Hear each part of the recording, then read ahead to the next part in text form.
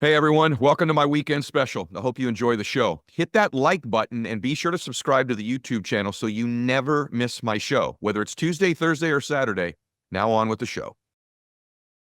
All right, welcome back to the show, everybody. So grateful that you're here with me today. Today's question was very simple. Ed, how do I change my present right now? By the way, if you have a question you want answered on the show, you can submit it on my Instagram at Ed Mylett, EDMYLETT. You submit it there. We get thousands of them, but there's a chance your question will get answered on the show. And so today is all about leadership and vision and dreams, because I've been asked about this topic a lot. And don't discount yourself. If you have a child, if you have a company, a business, if you are a human being, you're a leader in the context that I'm going to cover today. Okay. So today's topic is this. I want you to write this down. Here's the title. It takes leaders with vision to help people with dreams. Let me say it to you again. This is big stuff. It takes leaders with vision to help people with dreams. That's not my saying. I heard it somewhere many, many years ago, but I've lived by it. It takes leaders with vision to help people with dreams. What does that mean, Ed? Well, here's what it means. The first thing is it's a reminder that everybody you meet has a dream.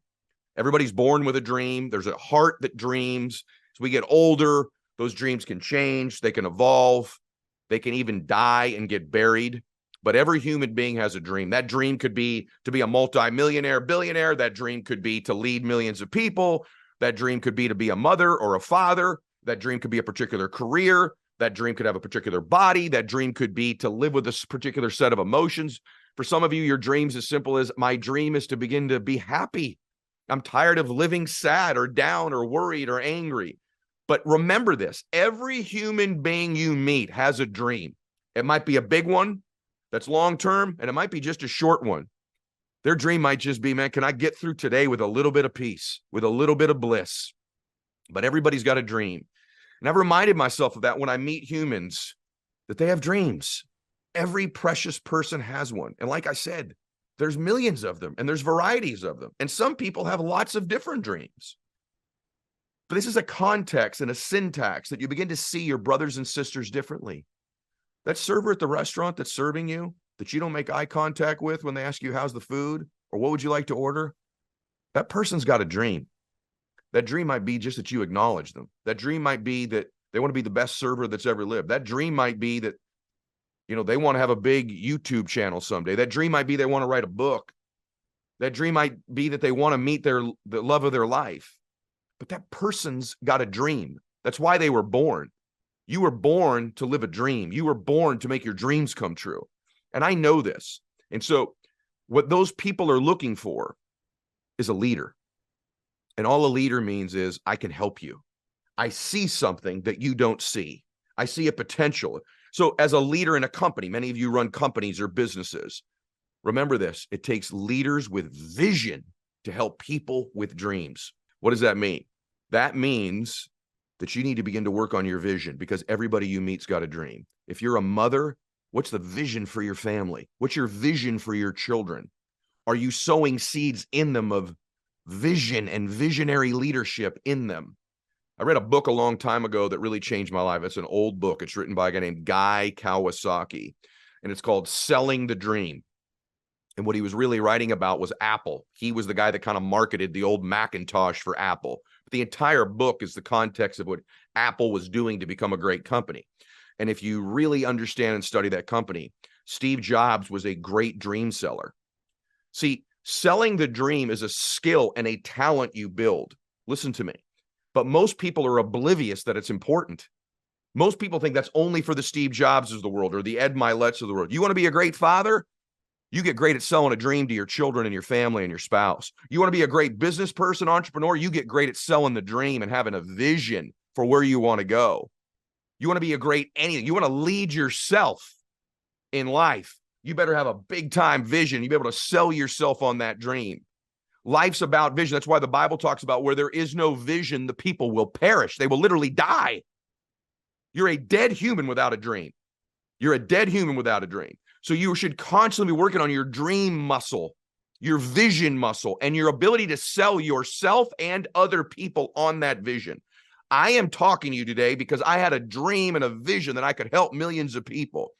that I could use an ability I thought I might have to communicate, to reach people. Remember this, we constantly move in our life towards what we're most familiar with. We move to the familiar. We gravitate to the familiar. We develop patterns and behaviors that are familiar. That's why when you drive home, usually from wherever you work, you don't even have to consciously think about how you're getting there. You just kind of pull right off the freeway when it happens, don't you? You're not even thinking about it because it's familiar to you. You get in the shower, you don't think, you know what, today I'm going to soap here first and then shampoo. You got a routine. You just do it unconsciously. Your life, most of it is unconscious because your brain is trying to save energy by creating habits that are repetitive and that are familiar. Well, if you're only familiar with the tasks you have to do, or as a mom or a dad familiar with, I got to cook them lunch, I got to get dinner, I got to pick them up for school, and you just do the monotonous stuff, and you never have a family that's loaded with a vision or a dream of where they're going, or for each individual child you have, or for your spouse, that you're selling them a dream and a vision of who they could be and how much you believe in them. Of all the things I'm not very good at, I'm amazing at selling people on themselves. I'll tell people that all the time. Server in a restaurant is a great example. If I say, man, you're awesome. You are awesome. You're amazing. Thank you. Man, you're not even going to be here someday, are you? You want to do something out of here. I could see you out of here doing more. Or if they do want to be there, I'll say, man, I could see you running this place someday. With my kids, since they were little, I was selling them a dream and a vision. I used to say that Myletts are going to do something awesome. I'm telling you, hey, listen to me. The Myletts are doing something awesome. They still get text messages from me. Hey, let's do something great today. We're going to do something freaking great as a family. Woo! Kick some butt today, making a difference. The Myletts are leaders. We got a vision, and I'll sell them that dream over and over again. Think about all the people you admire in your life. Think about them. What's one thing they all have in common? They had a big old dream, a vision, and a dream that they sold either themselves or you. Let's go through a few. And by the way, when I'm saying this, what about you? What vision are you constantly selling yourself on? What vision are you selling your colleagues on? What vision are you selling your spouse or boyfriend or girlfriend on? Your children on? Your parents on? Do you do that? Are you conscious of it? Because that's called being alive. The ability to grab a vision and develop it is a muscle. And to do it repetitively, even when people are rolling their eyes at you going, I heard this before. And here's the kicker. Get good at selling it. That's a second step. Think about who you admire. Let's just go through a few people. Let's say you're a follower of Jesus. Just curious. Did he have any dream he sold? Do you have any vision? His vision, his dream was everlasting life for you. That's about as big as it gets. You bought the dream and the vision if you're a believer. Whatever your faith is, you've bought the vision and the dream of this person that is your deity. In my case, I'm a Christian. And then what did he do? He sold the dream. He cast the vision and he sold the dream over and over and over and over and over again. And then he built a team of people that sold it, and it's become the biggest movement in the history of mankind. Maybe you're not religious. How about Martin Luther King? Do you admire him? Wow, that's interesting, because his most famous speech is, I have a dream. And he sold the dream. He did it with his oratory skills. He did it with his physical labor in the marches and the standing in the difficult times up against adversity. And then he had other people who caught that dream, like the Rosa Parks of the world, who started to carry that dream and that vision. Okay, maybe you're into politics. Who do you like, Trump or Obama? Because you don't like them both. What did Obama have? Hope and change. If you loved Obama, you were all about hope and change. And he embodied that hope and that change that you love. Maybe you didn't like Obama. Maybe you're a Trumper. You love Donald Trump. Did he have a vision? Does he have a vision? Make America great again. That's the vision. And he sold the dream on it. Now, it's even more powerful when you embody that dream. So let me give you some steps. You gotta get great at seeing a vision for yourself and other people. Then you got to sell a big enough dream that the dream of everybody within your stewardship can fit inside the one you're selling. So if you're a business leader, you got to sell it big. Here's your number one problem if you're running a business right now. You ain't selling it big enough. You got to see it bigger. Ready for this? Get in the big, man. Sell it bigger. Get in the big. When Apple was just a board company, Jobs was talking about being the most transformative company of all time. That was crazy. How about me? Some guy that's just plugging away as an entrepreneur 25 years ago, a dream of being worth hundreds of millions of dollars, of influencing millions of people, of using my story to change. You'd have laughed your ass off at me back in those days. Well, people aren't laughing anymore, are they? Because I got a big old vision. I started selling myself the dream. And when you sell it and then you embody it. So here, that's step one, get a vision. Step two, start selling that dream. Step three, make it repetitive. Being in business or being a mom or being a dad or being a leader is not coming up with new things you say to old people. It's saying old things to new people. Let me say that to you again. Too many of you are trying to create some new thing you're saying to the old team. What you need to be doing is saying the old things to new people.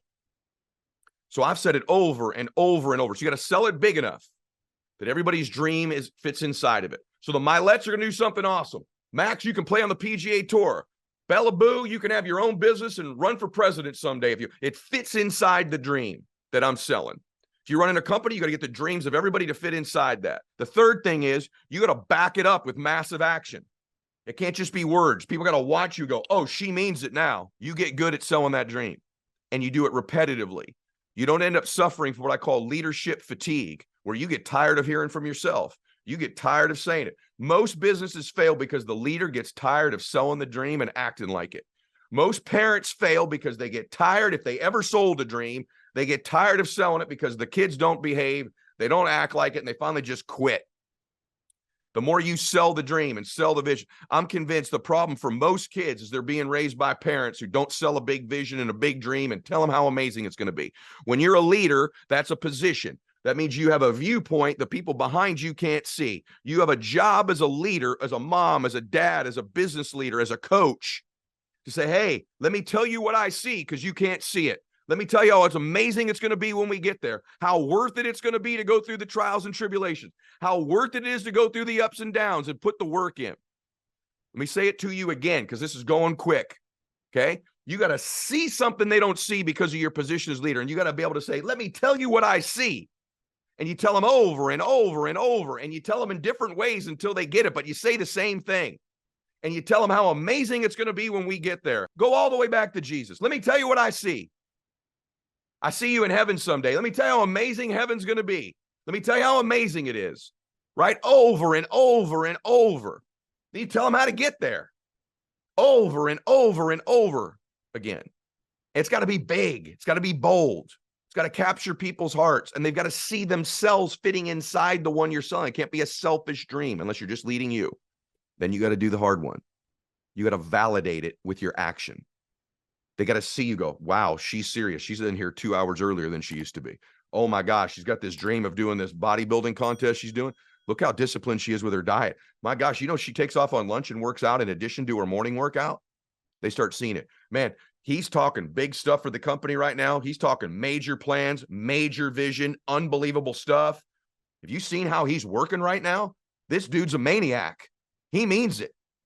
You validate the dream with your actions. You tell your kid they're going to play high school basketball. How often are you getting out there shooting with them?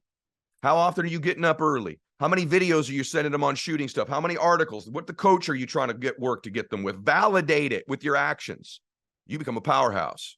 And then it starts to get momentum. This is what happens in life. You got to learn to do this. If I was to tell you one thing about your life I would wish for you, is that you would get a bigger vision for you. If there's one thing I would wish for your company, is that you get a bigger vision for your company. If there's one thing I'd wish for your family, is that you get a bigger vision. And after you have those things, then what I would wish for you is that you work on the development of selling that dream and getting better at selling yourself and others on that dream. Then I'd wish you'd repeat it almost to the point of people thinking you're crazy. And then what I would wish is that everybody can fit inside the one you're selling. And then what I'd wish is that you'd validate it by taking massive action. You start doing that, your life changes. The reason your life is not changing if you want it to is you don't have a compelling vision that's greater than your fears. And the way you make a dream happen, by the way, you might say, I don't know what my dream and my vision is. Let me tell you what it is. Your dreams, what will move you in your life always, is either the future you want or other people. You'll never do anything for yourself, but you'll do stuff to achieve your vision, and you'll do stuff to make other people happy. What I recommend you do is once you get that vision is you link your love for other people to that vision and dream. Because as long as you tell yourself, I love these people more than I'm afraid that this dream won't happen. I love these people more than I'm worried about the obstacles and the roadblocks. I love my family. I love my whatever it is more than I'm scared, more than the adversity. My love is greater than anything that will get in the way. Most of you are afraid to get a big vision because you think you're going to miss it. And then you're afraid to really pursue it and chase it because you're afraid you'll fail. Many, many times I wanted to quit. And I would remind myself, I love my family more than this obstacle. I love my family more than I'm afraid. I love my family more than this adversity. I will love my family longer and it will endure far past this problem. And once I attached my love to the dream, the people I love to the dream, I became a pretty unstoppable force because there was no cop-out. And by the way, if you know someone who's quit on their dream, you know the hard reality? The adversity was greater than their love. The adversity was greater than their love for their family. They sold their family out. That's the hard truth. I can sell out my family. There ain't any word game, any adversity, any obstacle, anything you're going to put in front of me is going to get me to sell my family up the river. And that's exactly what you're doing when you quit. Let me ask you this. Let's just get this straight. Is there anything bigger than your love for these other people? Is there anything that would come in your way that would be bigger than your love? Maybe your love for your Lord, your love for your family. Anything bigger than that? Good. I hope the answer was no, because if there's nothing bigger than that, you're going to win. Unless, of course, you renegotiate that at some point, which a lot of people do. You ever seen someone who's been defeated in their dream?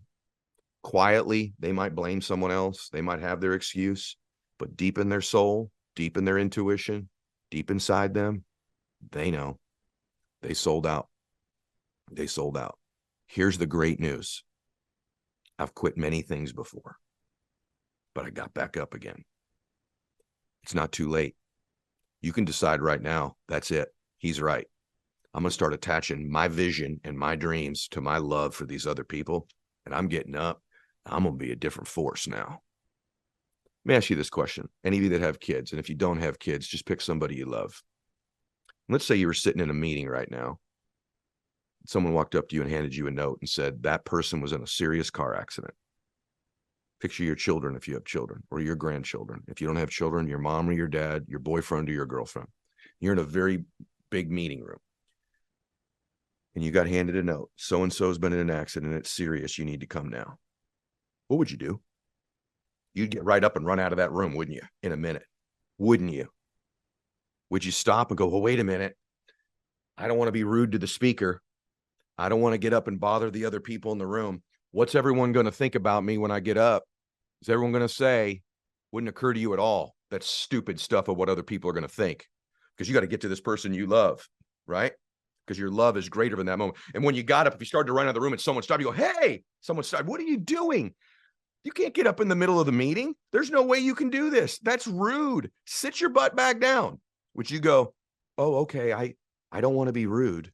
Would you do that? Or would you go, get out of my way? My baby, my child, my girlfriend, my mom has been in an accident. Get out of here.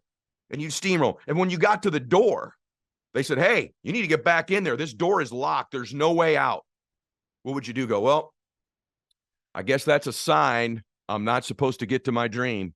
It's God giving me a sign. Too much adversity. Is that what you say? It's a sign? Nah. You know what I bet you do? I bet you'd kick the door down, wouldn't you? You sure would. You'd kick that door down. Bam. No obstacle. When you got out to your car and it didn't start and it wouldn't go, you're like, well, I guess that means I'm not supposed to get there. Man, one thing after the other. I guess I'll just lay down here. Another obstacle, another sign, just not meant to be. I just don't have what it takes to get to my child. Would you do that? Heck no. You'd go carjack a dadgum car if you had to, wouldn't you? You'd ask, I need your car. I need your car. I need your car. I need to take me right now. You'd get an Uber. You do whatever you could. You get an Uber. You get a taxi. You'd run and get anything it took. When you got to the hospital, if you got to the door, they go, hey, slow down. There's procedure here. You got to sign in. Are you family? You got to be like, hey, I got to get to my family. No obstacle. well, hey, we need these. Would you say, well, man, before I do it, I need to know the exact words I'm supposed to say. I need to be totally prepared for when I get to the hospital. I need total preparation before I can get to screw preparation. You're never going to be totally prepared for that moment. You don't have to have the perfect words or the perfect moment or the perfect knowledge or understand everything. That's all out the damn window when you want something to get somebody that bad. You'd get to your baby, wouldn't you? You wouldn't need the perfect words. You wouldn't need to know everything. You wouldn't wait to get started for the right timing. None of that crap would matter, would it? Because you're going to get there because you love them so much. That's how your dream has to be. And by the way, that's the truth of how people make their dreams come true. And here's the truth about the people that don't. They don't attach that love, that urgency, that obsession. And so little stupid things start to seem big. What are these people going to think? Oh my gosh, someone rejected me and told me to sit back down. The doors are closed. There's no way to get in that room and make it happen. You'd find a way to get that door knocked down, wouldn't you? There's no door closed. It didn't start. There's a setback. My car. No, wouldn't matter. When you got there, they said, hey, we need this information. We need to hear the right words from you. You wouldn't wait around and go, well, let me sit in the parking lot and prepare for another 3 weeks before I get started. So the timing's better. And I know everything I need to know when I get in that hospital. No, you know enough. And you'd get going. And what you would say is, I'll figure it out when I get in there. Isn't it trivial and isn't it silly when you put it in that context, what we let stop us and why we lay down after a while? Ed, how do I get back up in my life? I'm telling you how. You get back up by getting a new vision, by repeatedly selling yourself this dream, and by attaching your love, like that precious child or loved one who was in an accident, that type of urgency, that type of love, that type of obsession towards chasing it. And now you're up. And when those obstacles do come, they may rattle you, they may stagger you, but they won't stop you. You're unstoppable. Welcome back to the show, everybody. So today I've got a really difficult question for you. Is your will to win for sale? You know, I really believe that of all the things that comes down to in life about winning and making our lives the masterpiece that we want them to be, I really believe will has a lot to do with it. And the people that I've been around in my life, they have strong faith, obviously, but there's a part of them that has this will to win, this will to want to be somebody that's extraordinary. And for most people in life, I think when they take enough failure or enough setbacks, they will sell their will to win. You know, it's an interesting thing in life about winning. I just want to discuss this with you today. You know, you have to really decide right now and early on in the journey that you can't be bought. You can't be bought with enough success, and you can't be bought with enough failure. Most people at the end of the day quit on their dreams, usually because there's just so much rejection and so much failure and so much letdown. You know, I would love to tell you that winning is pretty and that making your dreams come true for your family is beautiful. But man, I got to tell you, on the journey for me, there was so many setbacks. So many times I thought I had it going and then I didn't. I thought we were going to make it and then maybe we weren't. So many people that I thought would be there at the end that weren't. There were people like you probably have had in your life that you really, really trusted that then let you down and hurt you. Dark nights, sleepless nights, some really difficult mornings with a lot of anxiety and trepidation. You know, if you're going to win, you're going to carry the emotional burden of your business, of your family. And sometimes that burden emotionally just over time is so difficult to carry that most people will surrender their will. You know, I really believe that winning has a lot to do with your will to win. It's not always just, you know, having the right strategy or the right people in place, although you can't win without them. But at some point, it comes down to grit and desire and toughness and resiliency and relentlessness. And I call all of those things will. But for most people, with enough of it, enough setbacks, enough things, they'll just sell their family's dreams up the river. They'll call it something else, don't they? Well, I didn't get along with somebody, or there was this setback, or the economy changed, or this person screwed me over, or whatever the story is that we come up with, all which could be valid. But at some point, basically what you're saying is all of that was too much, and so I've sold my family's dreams up the river. And I say it to you that harshly because I want, when it comes for you to avoid it that strongly, that I won't let you create a word game that makes you feel like it's okay to take an out, you know, take the door in the back there and get out of here and quit on your dream. That's not what you were born to do. That's not what it was designed for.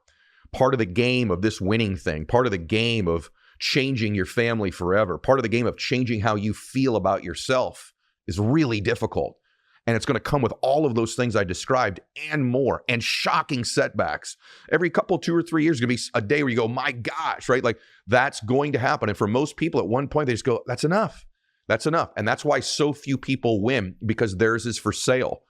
See, what I would recommend you do is negotiate the price tag in advance. See, I believe the price you will pay to make your dream come true, your vision for your life come true, is infinitely less than the price you will pay if you don't. The price you pay if you don't make your dream happen, your vision for your life, is you live with that forever. And that price I would never be willing to pay. I'll pay any other price as long as it's legal, ethical, and moral, because the price you will pay to make that dream come true is so worth it. And it is so much less than the price of living with losing forever, with the life you don't deserve, with the people that you don't want around you, with all of your music still in you. So many people pass away with all their best music in them still because of the setbacks or the criticisms or the things that just didn't go their way, or their fears holding them back. You know, price tags of life are interesting. See, successful people negotiate worth, whether something is worth it, not what the price is or the expense is. If you're focused on the expense, you're always in a really difficult place. I'll give you an example. This is a metaphor, but it makes sense.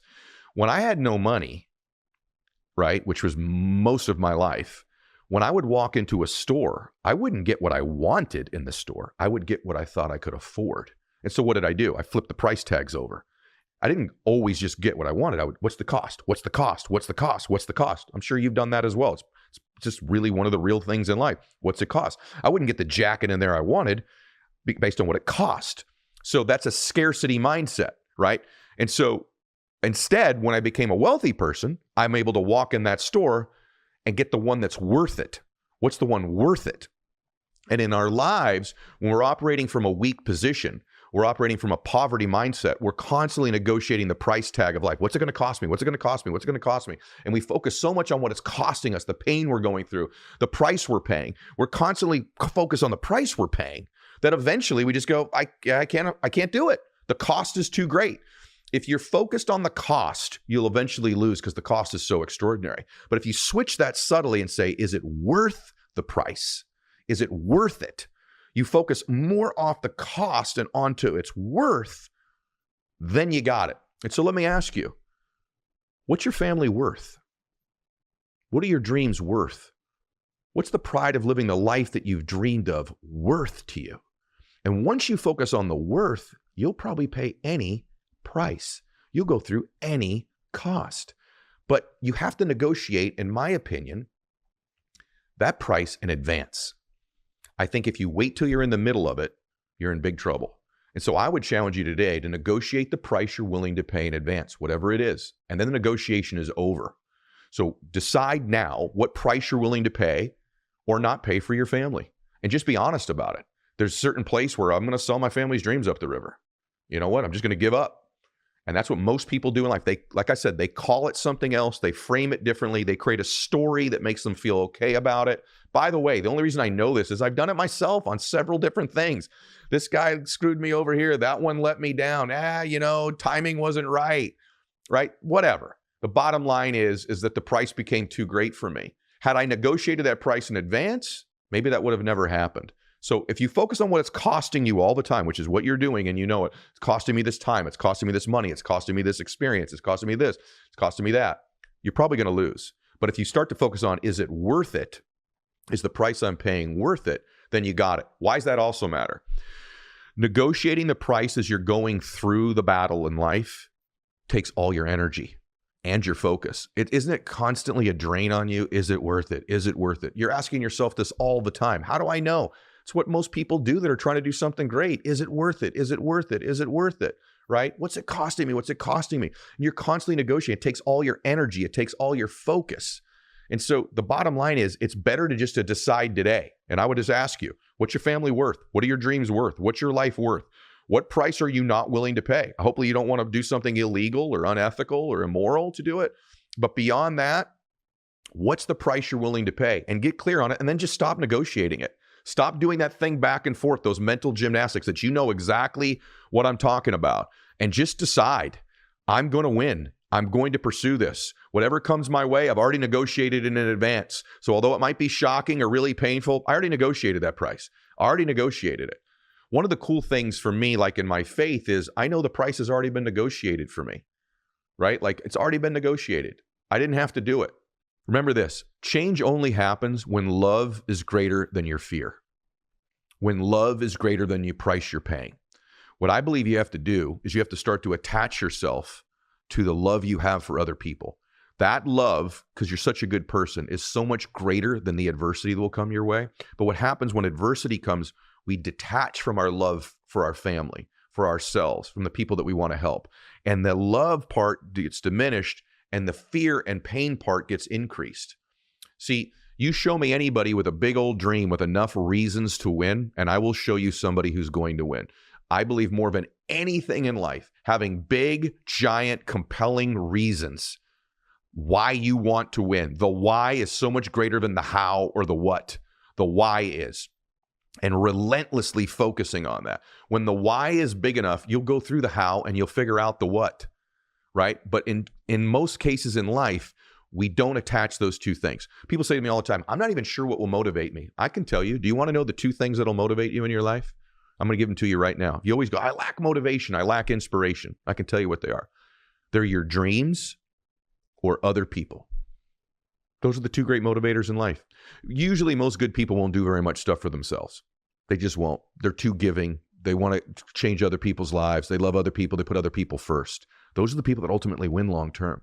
So the two things that will motivate you are your dreams, what your vision is for your life, and other people. Those of you that have children, are you really willing to quit on them? Are you? If you have parents that you love, are you really willing to quit on them? Or do you love them more than any adversity that will come your way? Could you negotiate the price in advance? Say, listen, it's worth it because my mom is worth it. It's worth it because my children are worth it. It's worth it because my God is worth it. It's worth it because I'm worth it. It's worth it because my dream is worth it. It's worth it because if I make this happen, I can change all these other people's lives, and those lives are worth the price I'm paying. Once you have the thing and the reason, the love for what you want, now you've got the negotiation handled because that is greater than the price. But when this isn't focused on, when the price is greater than the love, when it's greater than the dream, it's difficult. So one of the examples of that I've talked about before is Bella's wedding day. Number one key from Bella's wedding day story from many years ago, 20 years ago. Why matters most. You show me somebody with a big enough why, a big enough reason, I will show you somebody who will solve for how to do it, for what to do. I will promise you that. Why is the most important thing. You give a father a story like not being there and the picture, the mental picture in my mind of some strange man that I've never met before having that first dance and walking Bella down the aisle on her wedding day. I'll do anything to make sure that doesn't happen. I'll do anything to be there. And I can tell you, I've done just about anything. In fact, my doctors that I'm with right now, part of that journey of staying healthy, where I found both of them, Gabrielle and Amy, is because I want to be there on that day and beyond. One of the reasons I'm willing to take this sort of downshift to some extent is, yes, I'd love to help more people. And yes, I'm going to contribute. And yes, we've got one of the number one podcasts in the world. And I'm one of the top speakers and my businesses are growing. And all that matters. And I want to help all kinds. I want to continue to help millions of people that I've been blessed to help. But not more than I want to be there for Bella's wedding day. And so number one key is why matters most. And if you say, I don't know what my why is, I can tell you. Let me give you a hack to find your why. Your why will always be your dreams, whatever your dreams are, or other people. Whys can be distilled down always into dreams or other people. Doing something for other people that you love or proving people wrong. And what I will tell you under the why is that love is the biggest force in the world. My will to win is not for sale. So that's why I get up and I work out. That's why I try to do the nutritional program. That's why I'm taking this break from social media and reducing my travel schedule, because my dream is to be at Bella's wedding day, and my will to win is not for sale on that. I've got to be there. There's no negotiation for me. It's get up and work out. It's make sure you take the right nutritional supplements. It's if the doctors say, slow down, Ed, and take a break for a while, I do it. There's no negotiation because I belong in that dream. I belong there with Bella on her wedding day. And I like to get to the heart of it, guys. Like, I think the more we water down the reason, the easier it is to have the price take us out. Listen, as I've been doing this video or audio with you, thousands of people quit on their dreams. Thousands of people quit on their vision. Every single day, thousands and thousands of people quit on something. And the reason they quit is the price got too great. And by the way, that's okay as long as you've already done the negotiation. But I have a feeling that if I asked you again really closely, how much, if your parents are still here, do you want to make them proud of you or take care of them? How about your children or your spouse, these people that you love the most? Maybe it's none of them. Maybe you have a grandparent who that when you were a little boy or a little girl really believed in you, really saw greatness in you. And you want to honor them and make them proud of you as they've gone to heaven and they're looking down on you, and you want to make sure that you really prove them right, right? I won't let you not focus on that today, because if I can get you focused on these people you love or these great visions for your life, I think that that is greater than the price you'll pay. And so I want to ask you that today one more time. Are you willing to quit on them? Are you willing to give in? Really, the only way you can lose in this life is to quit. Only way you can lose is to quit. Now, that doesn't mean you shouldn't pivot, innovate, course correct. That's not quitting. That's the pursuit of something and saying, listen, what I'm doing isn't working. The definition of insanity is do the same thing over and over again, expect a different result. I've got to innovate. I've got to pivot. I've got to get a different strategy. Clearly, I think you should be doing that. That's what my show is all about, is about strategy and innovation and progress. But the truth of the matter is most people aren't totally committed to their dreams. They're not. They're going to stick their toe in it. I'll stick my toe in it as long as it's not too painful, doesn't get too difficult, too uncomfortable, take too much from me, be too inconvenient, then I'll pursue it. But if it gets too inconvenient, too difficult, too uncomfortable, I'll give in. Let me give you a secret. People ask me all the time about the people that have been on my show that are some of the greatest achievers in life. What do they have in common? And I'm going to be candid with you. Here's what they have in common. They don't have it all figured out. I don't have it all figured out. Most everybody, frankly, is pretty screwed up to some extent or another, and we're all just trying to get through this life and figure it out. What they also have in common is they didn't quit on their dreams. And the reason they didn't quit on their dreams is their love of their dream, their love of other people was greater than their fears for their inadequacies. But I can tell you that we all feel inadequate. We all don't feel prepared. We're all sort of faking it to some extent, aren't we, in our lives? And I know that shocks most people, but I think it should give you hope. They don't have it all figured out. I don't have it all figured out. But what I have figured out is that I'm willing to go into situations I'm ill prepared for because I want to win for the people I love so much. I want to win for me. I want to win for God. I want to do something great with my life. And so although I don't have it figured out completely, I don't have all the answers, and neither does anybody that's been on my show. Anybody you've seen on this show as my guest. Most of them don't have the vast majority of it figured out, but they're better at pretending they do. And to the extent that they are good at stepping into spaces they aren't prepared for, but that they can kind of pretend they're prepared for. They got this belief in themselves that if I can get in the room, I will figure it out from there. You know, if you had to know everything required to win in life, the truth of the matter is you probably would never get started. If Henry Ford started Ford Motor Company and said, I have to know everything for the next 100 years for this company, he would have never got started. I mean, who's supposed to repair these cars? There's nowhere to repair them because there's no dealerships yet. There's no mechanics. What about all the stuff for the tires? You know, how are we going to fix these things? Where are they all going to get fuel from? What are we going to do when there's emission standards? These things didn't even exist then. He couldn't think through every logical problem. He had to just get started. If Steve Jobs and Wozniak, when they started Apple, which was basically a board company, would have thought about, well, what when the internet comes? What about the iPhone phone software? What about the Mac? What about... Well, they could never think about all of those things. Things evolve. You just get into the next room and you evolve, right? You get into the next space and you evolve. So you don't have to know everything. By the way, no one you see that's successful knows everything, but they do have this ability that when they get in the room, they're not negotiating the price anymore. They're negotiating their way into the next room. They're negotiating their way to the next level. They're willing to take the heat and the adversity. And then the other thing is this, you got to resell yourself regularly on the dream. You know, once you have a dream, and you know what I'm talking about, some of you are years into yours, right? Maybe you just got to resell yourself on the dream, what it's going to mean when you get there, what it's going to look like, how amazing it's going to be. Project into the future. Listen, an idle mind really, really is in pain. It's in jeopardy. But a mind who's saying, I'm fully focused in the present, but man, the future looks so bright. The future's amazing. It's going to be incredible when we get there. Everything's going to be different. We're going to have great change. Our family's never going to be the same. We're going to get to go to this vacation and see this thing and help that many people and feel that emotion and have that memory. The truth of the matter is that your dreams in your life are not a hallucination. I believe they're a gift from God that is a glimpse into what's possible.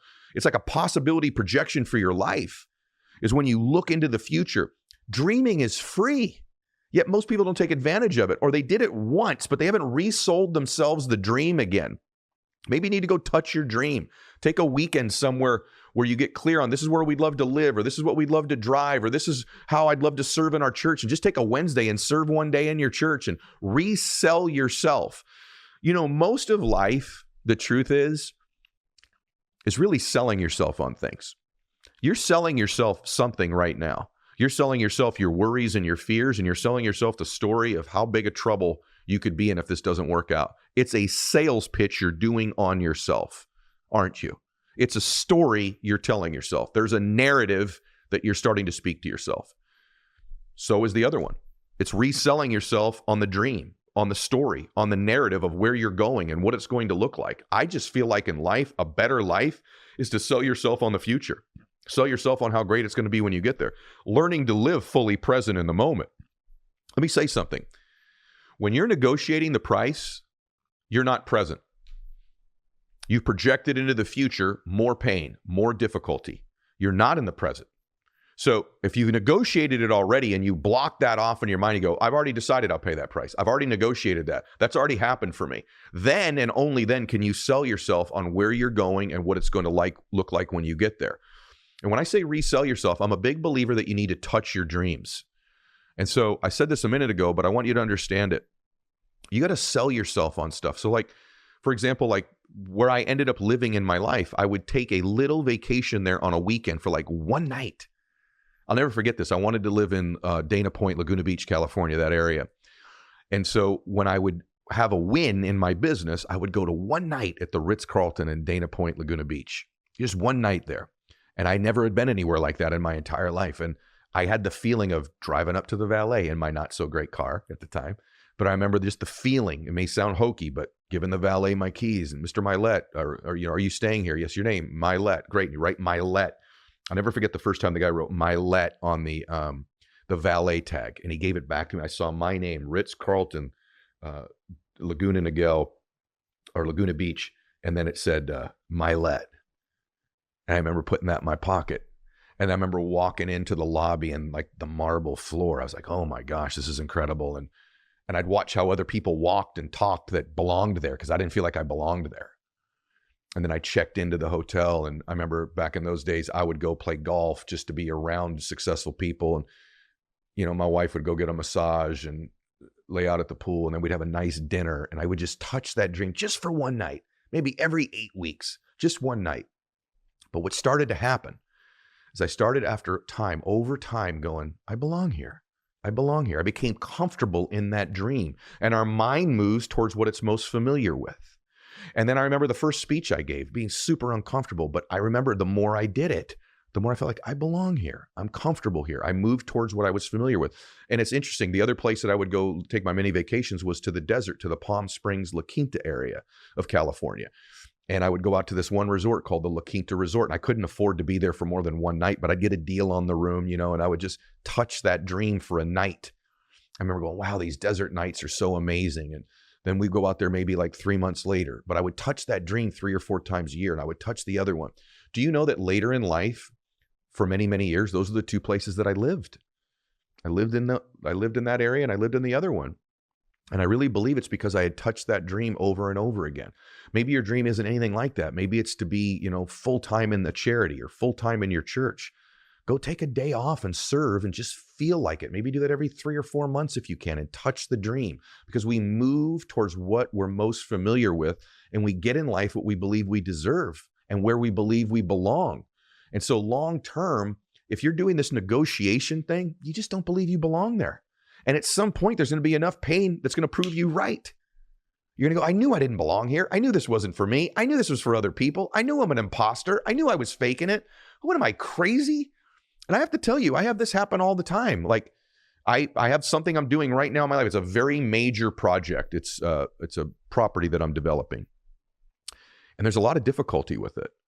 And every time that difficulty comes up, I go, what am I doing? Am I crazy? That's not for me. That's for someone way wealthier, way more successful than me. Like, and I have this thing where like, I want to surrender, right? I'm negotiating it. So I'm not perfect at this stuff. And so a lot of times when adversity strikes, it's like proving you right. The price is too great. The price is too great. I'm literally going through this right now with something. And I have to remind myself, I'm reselling myself on the future. I'm actually tomorrow, I go visit that place just to resell myself on the dream of being there, just to resell myself on the vision. Because it's so easy when you have a vision and a dream, right? And you have it, so you establish a plan and a goal, and then you start going through the stuff, and you feel like further and further away from the vision and the dream and why you did it in the first place and the inspiration behind it, and you're more and more focused on the price. So today's podcast, I literally designed for me, right? It's the price. I'm like, gosh, it's taking a toll on me physically. It's taking a toll on me emotionally, right? Financially. Yet it's my dream. It's my dream. And so I've got to come back and go, I love this dream. I love the experiences I'll have with my friends and family more than the price right now. Stop negotiating the price, Ed. You already negotiated this price. Your love for these people in this place and the memories that'll happen there are greater than your fears and your worries. And then I'm reselling myself by going back because our mind moves towards what we're most familiar with. So if we're most familiar with our fears and our worries and our concerns, we're going to move towards it. It's like a magnet. Thoughts are magnets. They pull us towards what we're focused on. So it's very dangerous to focus on all the pain, all the price, all the cost all the time, because you're going to move towards more of it. But if you focus on how worth it is, remember this, cost versus worth, right? Then you can say, my will to win is not for sale. I can't be bought. You can't be bought with enough success, and it can't be bought with enough failure. You know, many people are bought with success. They have a dream, they get a little bit of it, and then they're bought. Their will's gone. They don't want to work like they used to work because they've got a little taste of success. They got a little taste of progress. Those people end up paying a greater price later when it goes backwards and they have to start all over again. So don't let success take your will to win, and don't let failure take your will to win. I think basically today, my message to you was, you got to decide right now what you're willing to pay for a price and not. And once you've decided it, don't revisit it. Don't revisit it. Just make the decision that you're going to will this to happen. Get some prayer about it. Get some clarity about it. Feel like you've got a conviction over it. You know, get your mind empty, meditate a little bit, get clear, and then ask yourself, is this really my dream? And if it is, start reselling yourself all the time on that dream, that it's worth it, that you belong there. I'm going to say something to you that I want you to never forget. You belong in your dreams. Your big, bold, God-sized dreams, those aren't hallucinations. Those are visions of what's possible in your life. And I want to tell you, I believe you belong in those dreams. You do not belong in your fears. You do not belong in the negotiation. You do not belong in your worries. You belong in your dreams, the big ones and the small ones. But I think especially the big God-sized dreams. And most of those dreams are how you want to feel about yourself, the emotions you want to experience, the memories you want to have. I believe are the things that most matter to us. It's not the thing or the house or the this. It's how we want to feel. And I believe you deserve to feel that way about you and never give in to a price that tells you you're not willing to do it or worthy of having it in your life. Welcome back to the show, everybody. It's so great that we're going to spend some time together today. And as I do on every solo episode, I try to make it something that can really improve or change your life. And I've been getting a lot of questions. Team's been telling me about habits. And do I have any unique daily habits that I wanted to share with you? And so I'm going to do that today. Today, I'm going to give you 20 very unique habits that I do on a daily basis. And some of them I just really started doing that have kind of moved the needle or made a difference in my life. Some of them are very simple, and some of them are changes from other things I've taught before. You know, as you learn new information, you change, hopefully, in life. One of the things I admire about great leaders is when they say, well, I've got more information or new information, I've changed my mind. And so there's a couple things today I'm going to share with you that I've never really shared before that are a little bit different as well. And some of them are pretty basic things. But the reason I think habits matter so much is that our brain is trying to all the time create habits so that it can conserve energy. It doesn't want to spend energy. So it's always building habits. And habits matter because if we can conserve energy or put ourselves into a routine rather, we end up having more predictable behavior, more predictable results. And habits are something that when we're under pressure, we respond with habits reflexively. So the better your habits, the better your routines, typically the better your life. And so I'm going to take you through some very basic things I do that you would think don't make a difference, but they do because they save me time about thinking. And I can take my focus and generate it to the things that matter. I don't want to deplete my energy or my focus to having to make decisions about stuff that I could have just predetermined with a habit or a routine. And so these are some very simple things. Some of them aren't so simple that I do on a daily basis. Maybe 20 of them. Okay. Some of them you probably already do.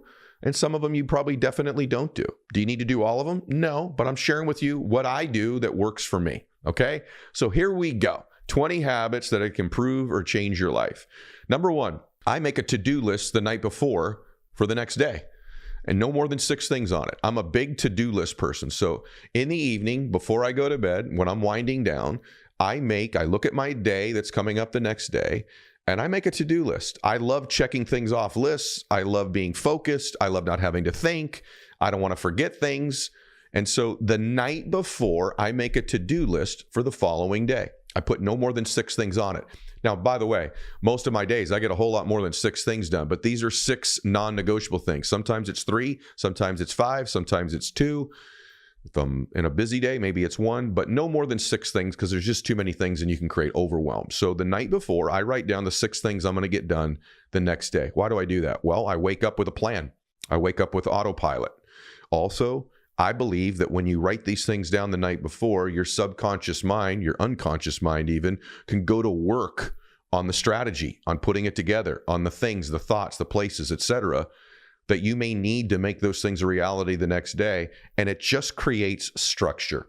If you want to know what the people that I coach have in common, or successful people that I have on the show or that are friends of mine, they have created structures around themselves that allow failure to have a very difficult time creeping in.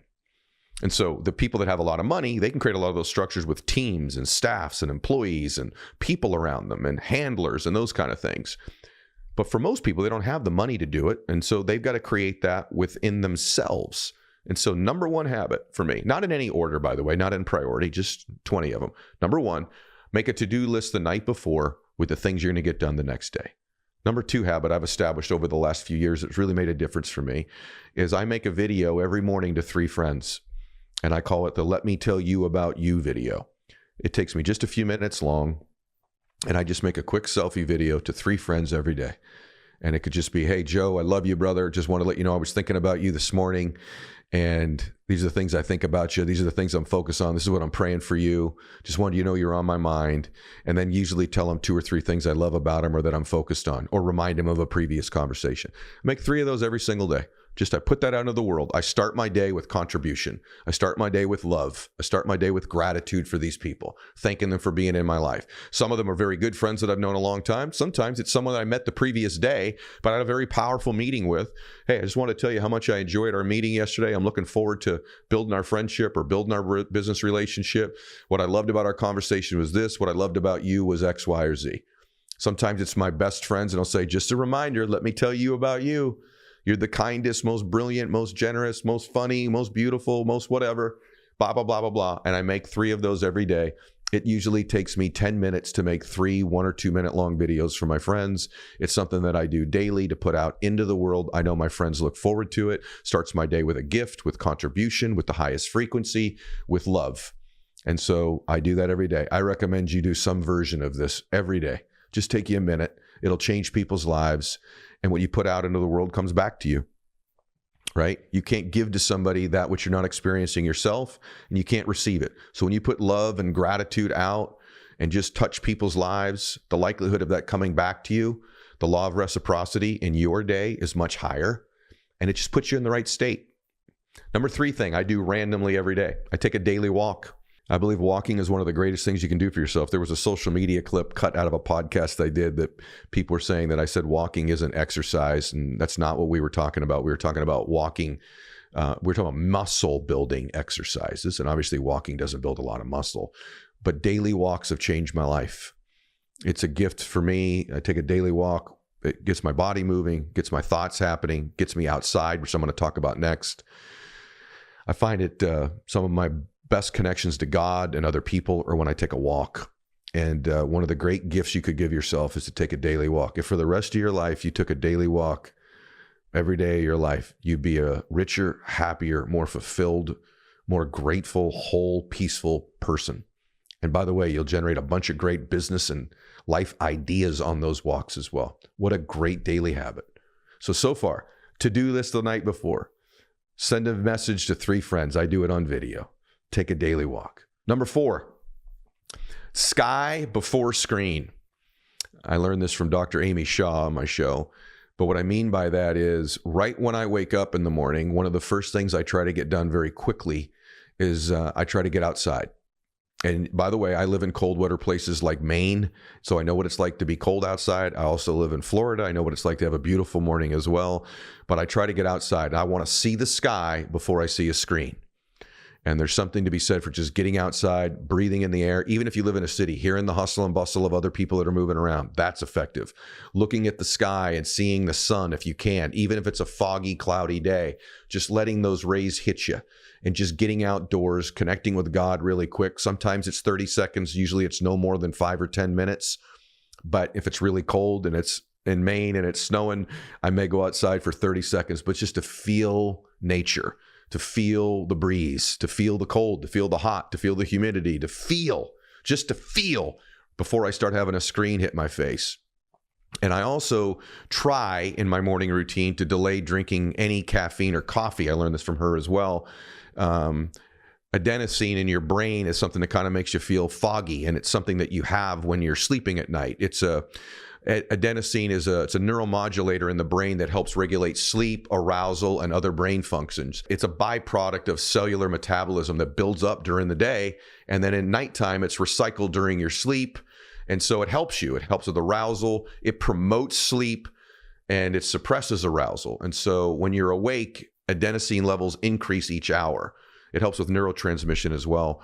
But it's an inhibitory neurotransmitter. So what happens is when you wake up, your brain's still flooded with all this stuff. That's why you have brain fog. And when you consume caffeine early, what caffeine does, particularly coffee, is it blocks these receptors, which means it doesn't leave your brain. And so that's why a lot of people are like, man, I need a second cup of coffee. I need a third cup of coffee. I need a fourth cup of coffee, because the fog is still there because you've been drinking coffee and caffeine. You have not allowed the adenosine to leave your brain, which typically takes 20 to 40 minutes after you wake. So if you can do something for the first 20 to 40 minutes, let that adenosine clear your brain, have the coffee that you want. But for me, it was sky before screen and then not trying to consume caffeine at least the first 30 minutes of my day. You'll feel like your brain fog will change, at least it has for me. Your clarity of focus improves, and then you can certainly have that morning cup of coffee if that's something that you partake in, okay? That's 4th habit for me. Sky before screen and no caffeine the first 30 to 45 minutes. And no, I did not know that was going to rhyme when I first wrote it down to tell you. Number 5, I've just become a habit of taking in daily protein and doing resistance training. I think there's one thing to walk and to do cardio, but so many people who have been on my show and all the data that I've learned is that, there is a major reason in the world to build lean body mass, muscle mass. And the way that you do that is protein and resistance training. And so if you don't have a high enough protein intake in your life, you're probably not going to build enough muscle in your life, and that's going to hurt you. It's going to help you. If you build more muscle mass on your body, you're not going to gain as much fat. You're going to be stronger. You're going to build more skeletal muscle. Your bone density improves. All kinds of things improve. And the other way that you get that is resistance training, is lifting stuff. And so no matter what that looks like, if you use body weight resistance or kettlebells, or like I do, free weights in the gym, I've been very limited the last year because of a back issue of lifting almost any weights, but I've been using body weight resistance. I've been doing push-ups, which is still resistance training. And so anything you can do to have protein and resistance in your life is going to be a really big deal, and you need to do it. And so if you don't have that daily habit, add that to your daily habit. 6, major hydration early in the day. So one thing I've changed that just works for me, I'm just sharing with you what works for me, is I hydrate a great deal a day. I drink a gallon of water every day, but I try to get a liter done before I even leave the bedroom. Okay. And so hydration has been great for me because it's given me more energy. It also makes you feel more full and you're likely not to eat as much. But most people are dramatically dehydrated because of the caffeine that they take in, the medication they take, the supplements they take, and they do not drink enough water. And by the way, alkalized water or hydrogenated water is something I've really done a lot of as well. So I hydrate like crazy throughout the day. I have found a direct connection between my energy, my clarity of thought, my process, everything. And by the way, my lack of wanting to eat as much as well when I'm hydrating. And I think most people are underhydrated. If you do drink a lot of water, then you got to be checking on your electrolytes and things like that. Here's another thing I changed. Maybe this is because I'm a middle-aged guy. I stopped drinking water by 7 p.m. so that I am not up multiple times during the evening having to use the restroom and breaking my sleep. Because I truly believe over the next 5 years, the frontier of anti-aging, the frontier of wellness, of health, of cognition, of brain function, of strength, of energy is more and more going to be focused on sleep and being able to get into the right brainwave states when we sleep, to be able to get our HRV in an optimal state, to be in a parasympathetic state, et cetera, et cetera, et cetera. And if you're getting up 3-4 times a night because you're so hydrated, you're not getting deep sleep. I got to be honest with you. A lot of my friends that hydrate like crazy don't sleep well. And the reason they don't sleep well is they have to keep getting up to empty their bladder. I know this may sound very, I don't know, not podcasty, but that's been my new process. So I get all my hydration done by 7 p.m. at night. Number 7, go alkaline. I use a PEMF mat that I lay on that helps my body get in an alkaline state. I try to eat more alkalizing foods, beans, berries, leafy greens, dark chocolate. And because I do eat so much protein, I eat a lot of protein. I do eat red meat. In my case, I do eat chicken. By the way, I respect you if you don't do that. That's okay. But in my case, I do. So it's even more important that I'm working on alkalizing myself. And so PEMF beds help me with that. Eating a lot of greens and berries, as I said, have made a huge difference for me. These are just daily habits that have worked for me, that I have found that make a big impact for me. Number 8, totally random. Touch your dreams more.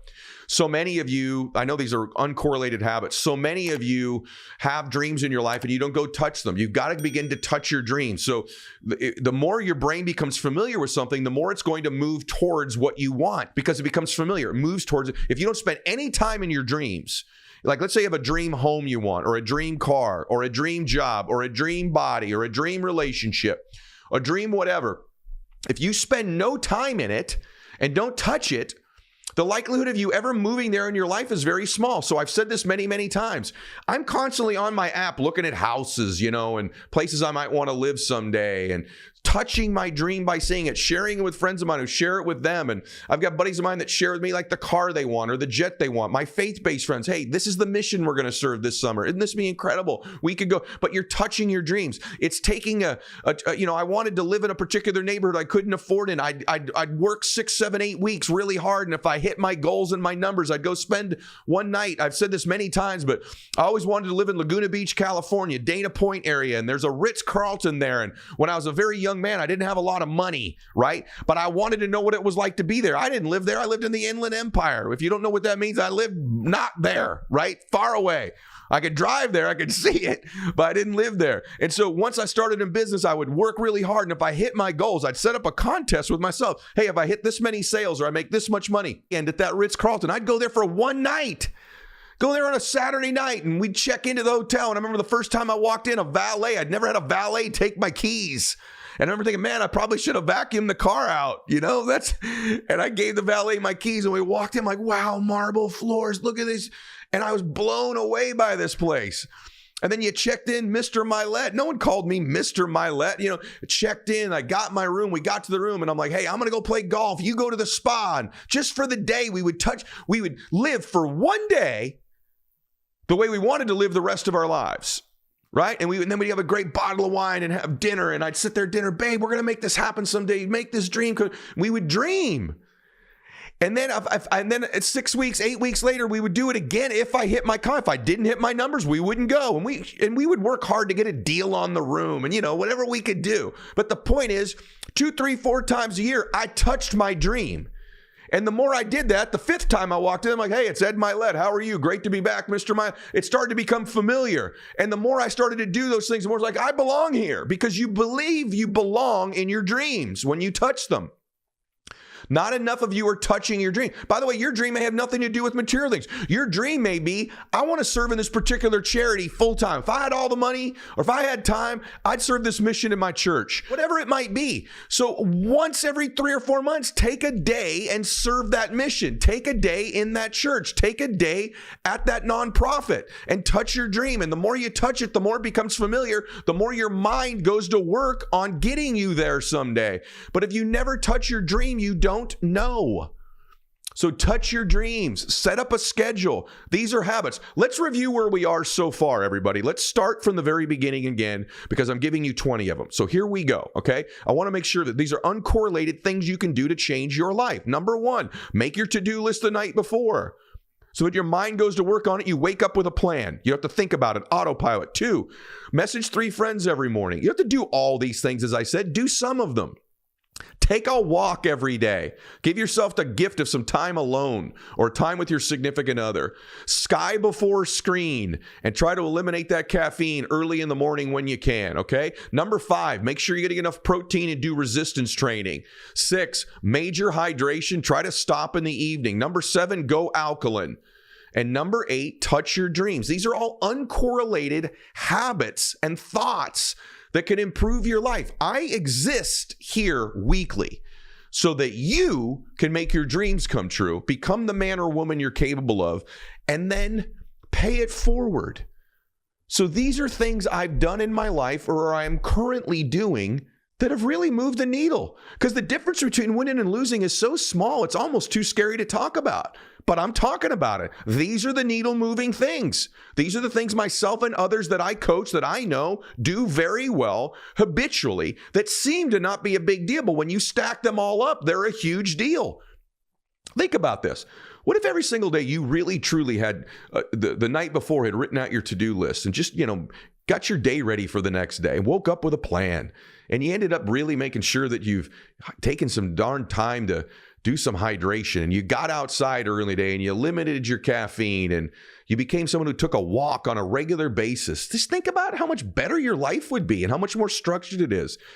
And you're eating enough protein and doing some resistance. You get it, right? Number 9, huge habit. Always be reading. I am constantly reading. I have averaged reading probably 50 books a year for 30 years. For longer than that, for 35 years. I've read at least 50 books a year. And right now I can tell you I read a couple hundred books a year because of the show. I'm always prepping for podcasts. And so now I've learned to read quickly. I've learned to skim through a chapter, skim through it if it's not productive. But leaders are readers. How much reading are you doing? Well, Ed, I don't like to read. Well, then like it. And if you really can't get good at it, then you need to be listening to my podcast and you need to listen to books on Audible or some sort of audiobook. You got to be growing and learning. You know how powerful it is to be reading books? Someone that is very successful in a particular topic has taken their life and put it into a book, and you can read it in a week, what they've learned in their life. And the more you pour that into yourself, the more you grow and change you, the more the internal you grows and changes, the external results change. Always be reading. Do you know how many of my mega successful friends don't read a lot? I would have to spend a really long time to find one. I'm sure there's one. But man, I could tell you, almost all of my friends are just, what you reading right now? What are you reading? What did you just read? Let me tell you, I just saw this book. They're sending me books. I'm sending them books. Leaders are readers. And by the way, my worst subject in school was comprehension. I couldn't remember things. I didn't read quickly. Reading was a real struggle for me. It no longer is because I do it a lot. All right. Number 10, make your bed. Make your bed. Make your bed every day. And it's correlated to number 11, and then I'll talk about both. Make sure you have a clean bedroom and a clean office. Why does that matter, Ed? Because clutter creates confusion, and clean creates clarity. When your space is made, I'm on the College Football Hall of Fame, the National Football Foundation board, and Bill McCraven is on that board. And he has a very famous talk that just basically says, make your bed. You should go take a listen to it. And he's talking, one of the foundations of life is successful people make their bed. It's amazing to me how many people live a messy life. Their closet's messy. Their car's messy. Their bedroom is messy. Their office is messy. Their life's going to be messy. I can tell you that. There's a direct connection. I really believe this between people that have a clean closet, a clean car, a clean bedroom, a clean office, that live more productive, efficient, peaceful, giving, dream-like lives. People that live in mess usually create messes. They just do. And you say, well, I have a mess and I'm winning. You'd win more if it were clean and organized and tidy. It's a reflection of who you are. Your external environment is a reflection of what's really going on internally. And so when I meet someone, I get in their car and it's a mess, I know this person probably has a mess in their life of some type, or they're about to create one, because we move what we're familiar. We move towards what we're familiar with. Did you hear that earlier with Touch Your Dreams? If you're familiar with messes around you, you'll move towards them eventually. I don't believe that's a metaphor. I believe that that's true. 12th habit. Isn't this good? Have deadlines in your life. Start to set deadlines for when things are going to happen. If you don't put a deadline on it and a time frame on it, it's not going to happen, or it'll eventually happen, but it should have happened sooner so you'd be on to the next thing. Great leaders, great people, hyper-productive, happy people have deadlines. I mean, even as simple as if you're dating somebody, there should be a deadline of, hey, when you're committed, or when you're going to get married, or when it's going to be exclusive. In business, when's the goal? When's the number going to hit? When's the account going to come in? Savings, your physical changes. When are you going to hit that body fat percentage? Like deadlines. The more you have deadlines, you're moving towards something. You have something to look forward to. You have an accountability, right? I have so many friends in my life that don't have deadlines. Think about this. I have friends that don't have deadlines, that don't have clean bedrooms, that don't make their bed, that aren't reading, that don't touch their dreams, that don't hydrate, that don't take a daily walk, that don't have a to-do list every day. Compared to someone who does, who's going to win? Think about this person I'm describing. And by the way, all of this is easy. None of it's connected, but it's all connected. Number 13, say thank you more. I added this about a year ago. Thank you, thank you, thank you. Write more thank you notes to people. I gave a speech this last weekend, and the dentist office that I go to, many of the people that are there went to that speech. And then I went back to the dentist. And so many of these ladies that work there wrote me personal thank you notes. And I cherish those notes. Anyway, makes me, I know what I did made an impact on them. And as much as what I did had an impact on them, their note thanking me had an even bigger impact on me. Say thank you more. More often you say thank you. Like when you wake up, thank you, God, for another day. Someone made you breakfast. Thank you for breakfast. Someone got you breakfast. Someone brought you your coffee at Starbucks, whatever it is. Thank you, thank you, thank you. Write more thank you notes. Say thank you more often. Thank God more often. Thank people more often. When someone comes in your office and you have a great meeting, say thank you. Thank you. That was a great meeting. Thank you. Thank you. Thank you. The more you begin to thank people, the more you're in a state of gratitude, the more you're looking for things to be thankful for. And just happy people say thank you. Good people, people with manners, kind people, giving people, say thank you. I actually can't stand it when I go to dinner with friends and they don't thank the server when they bring them their food. They don't thank the server after they order the food. I'm always cautious of that. Thank you. Thank you. Thank you. Can I get a glass of water? Thank you. It's such a sign of a good person, a solid person. And these things shouldn't have to be said. Yet in a world today where manners and decorum and gratitude and grace and patience and kindness is out the window, people who say thank you stand out. And even if you didn't stand out, it's good for you to say thank you. All the great things in your life come from saying thank you, thank you, thank you, thank you. You will find more things to be thankful for by simply saying it all the time. I'll bet that one of the top 10 things I say is thank you. And writing thank you notes to people has a deep impact on their lives. Trust me, I get them on a daily basis from people around the world, and I read them, and it fills my soul with desire to continue to go on. And it overrides the negatives in life. Number 14, ironically, say no more. You got to learn to say no more. You don't want to go somewhere? Say no. You don't want to do a meeting? Say no. You don't want to do something? Say no. You got to learn to say no more. I'm speaking to me probably more than anybody. I'm a people pleaser. I have a hard time saying no. And me not saying, how many of you have things going on in your life right now that are in your calendar that as they get closer, you're like, gosh, I hope it cancels. Man, why'd I say yes to that? I don't know if you're like me. I do it all the time. I should have just said no. There's a polite way to say no. There's a well-mannered way to say no. But I, in my life, would have been a much happier man the last 53 years that I learned in a polite, kind, firm way to say no. If people are asking you to do things you don't want to do or shouldn't do, say no. If you don't want to go somewhere or do something, say no. If you're in a conversation that doesn't serve you or someone's gossiping, say no. I don't want to talk about this. Okay? That type of conversation doesn't serve you. Say no. Okay? Number 15, totally unrelated, but totally related. Plan your sleep. Rest more. Structure your sleep. Learn about sleep. I can promise you this. The people who can get to sleep and sleep deeply. I do everything from stimulating the vagus nerve to go to sleep every single night with a little device that I use, to keeping the room cold, to everything structured in my room, to keeping it very dark in the room. I've learned all of the codes for me to help me get deep sleep and rest. You will live longer. You will wake up more cognitively strong, physically strong, higher energy. Everything in your life will benefit from getting deeper sleep, getting your HRV at an optimum level, your heart rate lower, all of these different things, not drinking caffeine, all the things you can do. You need a plan for your sleep. Ask yourself this. Do you have a plan for your workout? You probably do. Do you have a plan for work and the things you got to get done every day? You probably do. Do you have a plan for your sleep?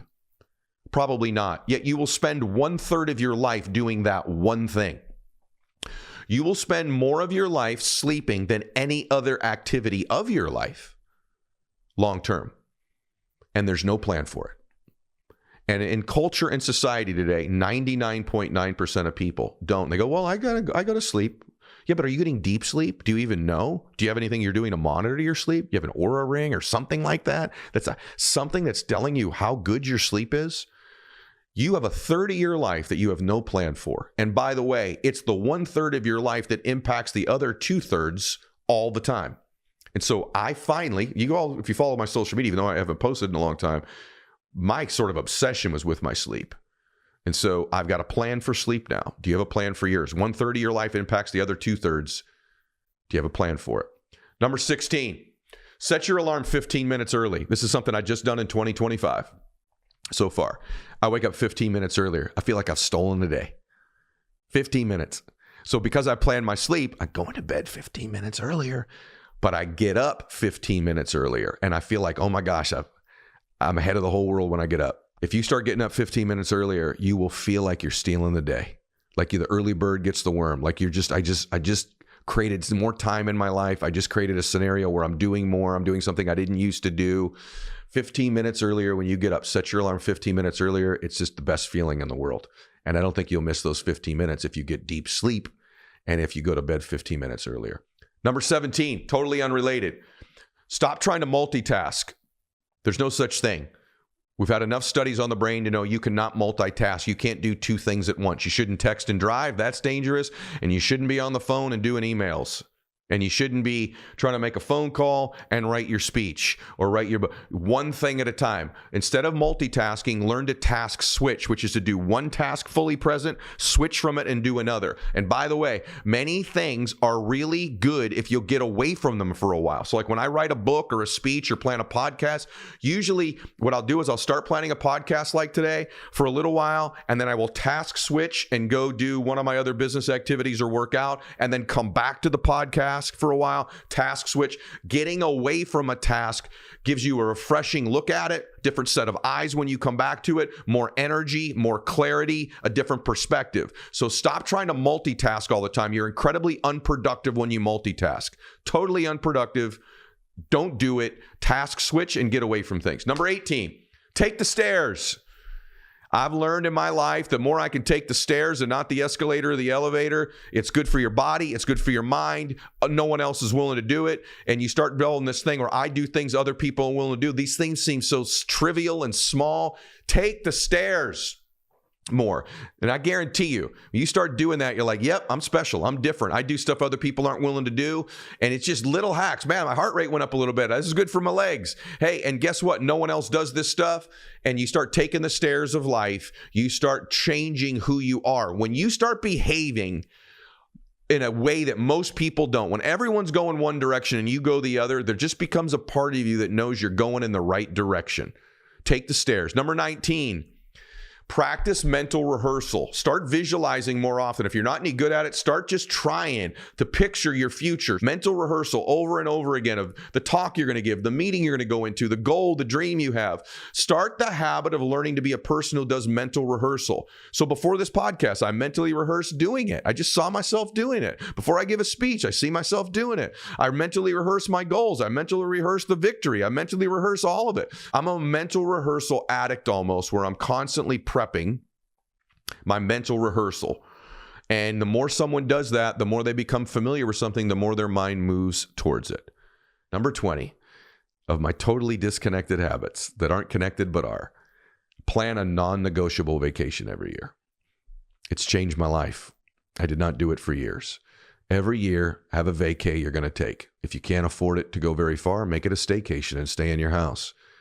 But plan your vacation. Why does that matter? It's a dream. It's something to look forward to. It's something you get excited about.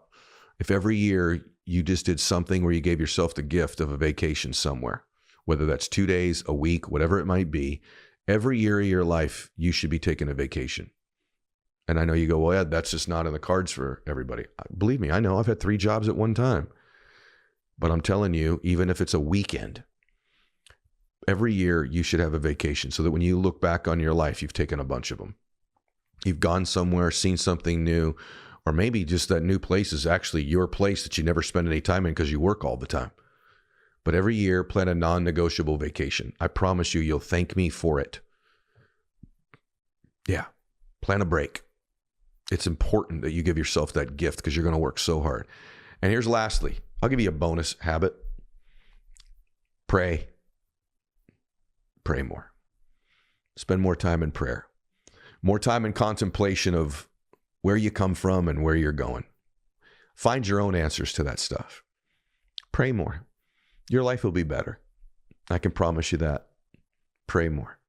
All right, everybody. That was 20 totally disconnected, completely connected, though, in life, habits that I think can serve you, and a bonus one, which is prayer. Whatever that means for you, spend some time with God. Your life will be better every single time you do it. You use terms like customer acquisition cost, and you said, gross margin and net margin. And, for a lot of people listening to this, I think just becoming an entrepreneur or the next level of entrepreneurship, it's just intimidating. They got doubts and fears. 2 things. My assumption is those weren't terms you were familiar with at 16, 17 when you wrote the paper and started the business. And B, what would your advice be to somebody right now? They're listening. They're like, I want to write a book. I want to start to learn to speak on stage. I want to start learning to speak Spanish or this hobby and starting a business. And the reason I'm not doing it is I just don't know enough and I'm afraid. What would you say to them?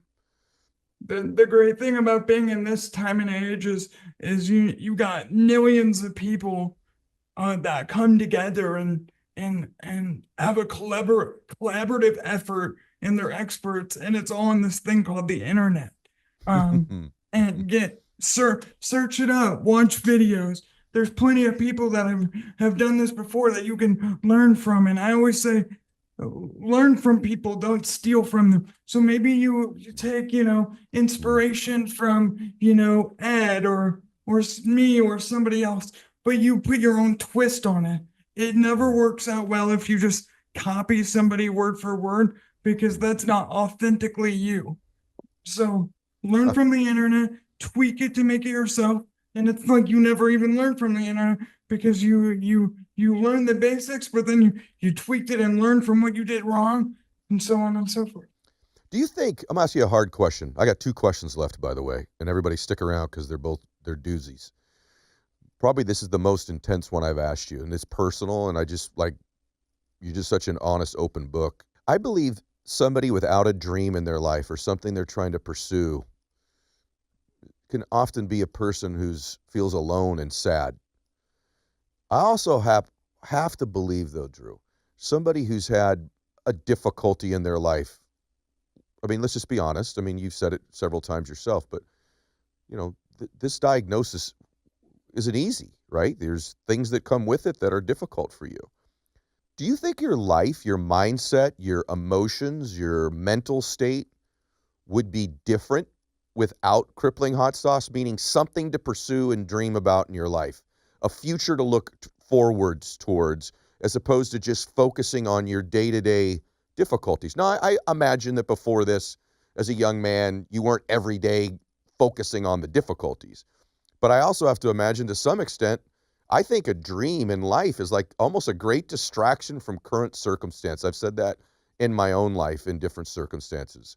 Where do you think you would be without this? And do you think there's some validity to what I'm saying? I wouldn't be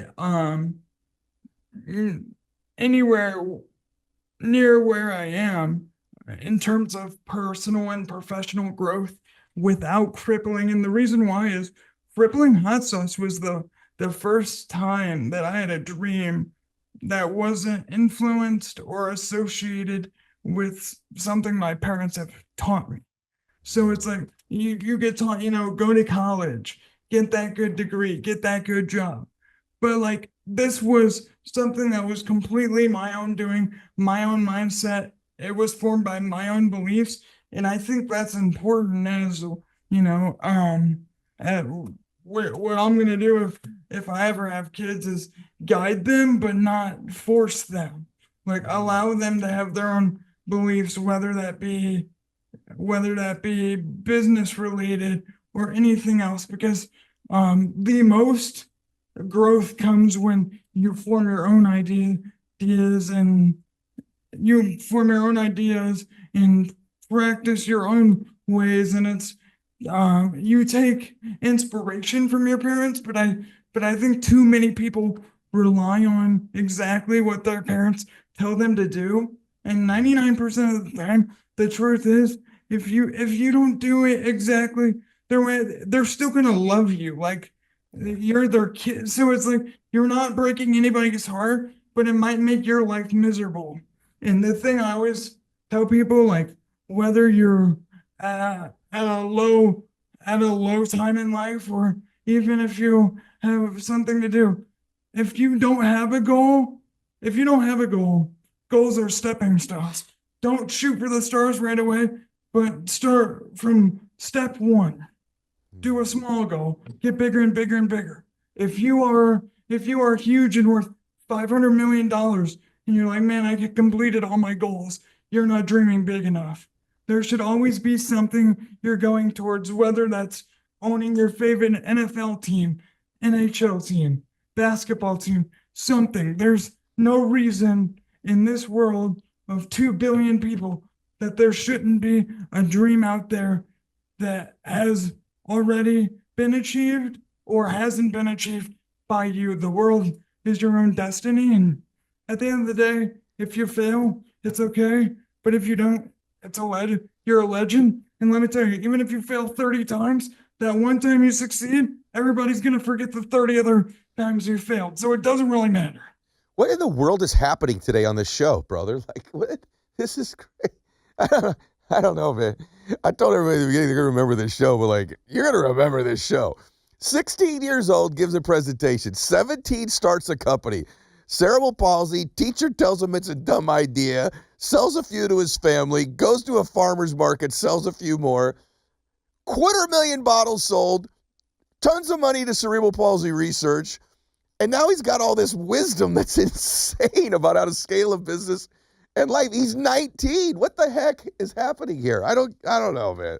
Like, you need some investors, brother. Let me know. Really, let me know.